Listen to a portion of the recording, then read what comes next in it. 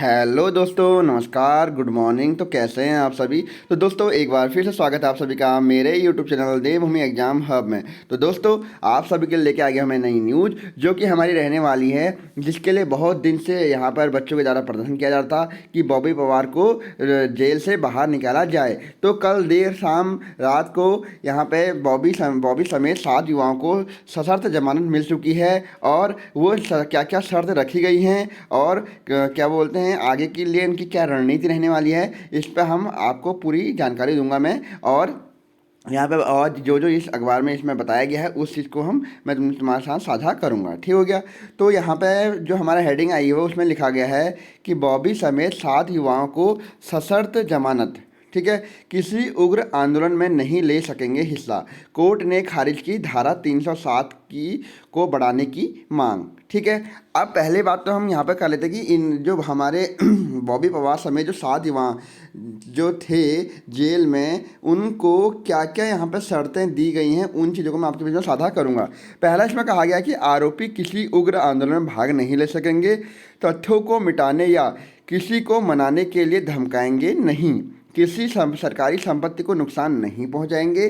चौथा कहा गया इसमें क्या, किसी पूर्व अनुमति के बिना कोई धरना प्रदर्शन नहीं करेंगे। ठीक है दोस्तों, तो यहाँ पे हम कोर्ट के द्वारा ये इनके लिए शर्तें रखी गई हैं। और यहाँ पे बॉबी समेत 7 युवाओं को यहाँ पे जमानत मिल चुकी है, कल रात देर शाम यहाँ पे मिल चुकी है। आगे इसमें कहा जा रहा है कि पथराव और उपद्रव के आरोप में जेल में बंद बॉबी पवार समेत 7 युवाओं को भी कोर्ट से सशर्त जमानत दे दी गई है। इससे पहले 11 फरवरी को 6 युवाओं को जमानत मंजूर की गई थी।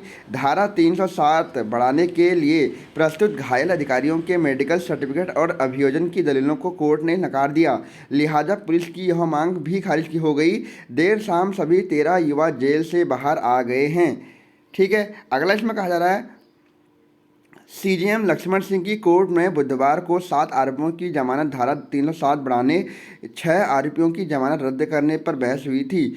सबसे पहले कोर्ट ने धारा 307 बढ़ाने के मामले में सुनवाई की। अभियोजन ने कहा कि पथराव में एसओ प्रेमनगर की हालत बेहद ख़राब है, उन्हें एसीयू में भर्ती कराया गया है, सिर पर चोट लगी है और वह चल भी नहीं पा रहे हैं। अभियोजन ने प्रेमनगर और सुभारती अस्पताल के मेडिकल सर्टिफिकेट दाखिल किए। इसके अलावा सीओ प्रेमनगर की रीढ़ की हड्डी में भी चोट आने की बात कही गई थी। बचाव पक्ष ने इसका विरोध करते हुए कहा कि अभियोजन अधिकारी के घायल होने की बात गलत कह रहा है। यदि वे इतने गंभीर चोटिल हुए हैं तो अगले दिन ड्यूटी कैसे कर रहे थे।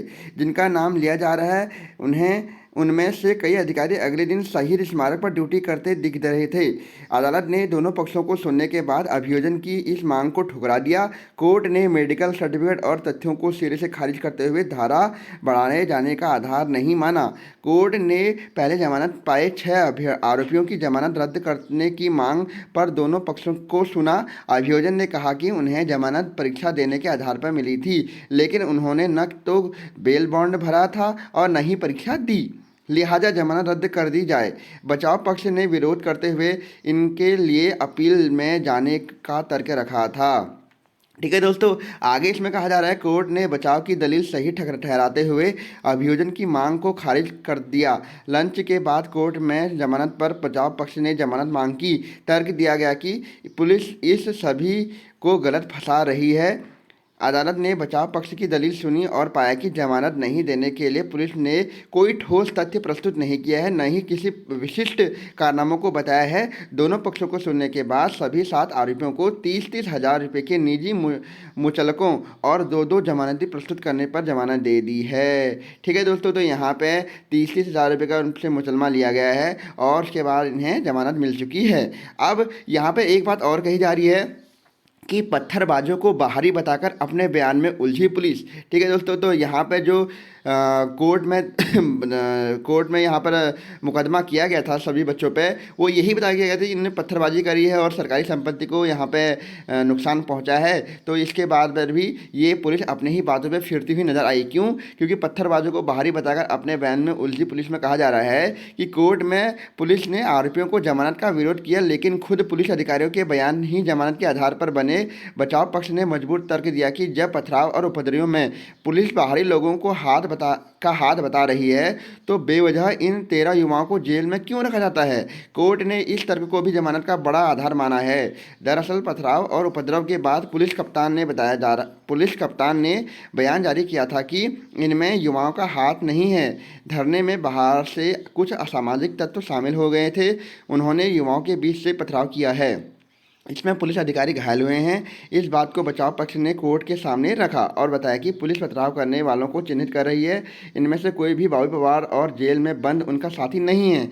पुलिस खुद मान रही है कि पथराव बाहरी तत्वों ने किया है, तो इन 13 को जेल में बंद करने रखने का कोई भी औचित्य नहीं है। ठीक है दोस्तों, इतनी चीज़ें हमें कही जा रही है और इसमें यह भी कहा था कि मुकदमे दर्ज होना आपराधिक इतिहास नहीं। ठीक है, तो अब जो जो इसमें हमारे अभियोजन में रखे गए थे, पुलिस ने जमानत के विरोध में 5 युवाओं के खिलाफ दर्ज मुकदमा का ब्यौरा भी प्रस्तुत किया। अभियोजन की ओर से कहा गया कि सबका अपराध ऐतिहासिक है, ऐसे में इनका बाहर आना कानूनी व्यवस्था के लिए खतरा हो सकता है। इनमें बॉबी पर 4, शुभम नेगी पर 3, नितिन दत्त पर 2, राम कांडवाल पर 2, मोहन केथुआ पर 2 मुकदमे की जानकारी रखी गई है। इन पर कोर्ट ने माना कि इन मुकदमे में कोई भी आरोपी जेल नहीं गया है। ऐसे में सिर्फ मुकदमे दर्ज होना जमानत रद्द करने का आधार नहीं हो सकता है।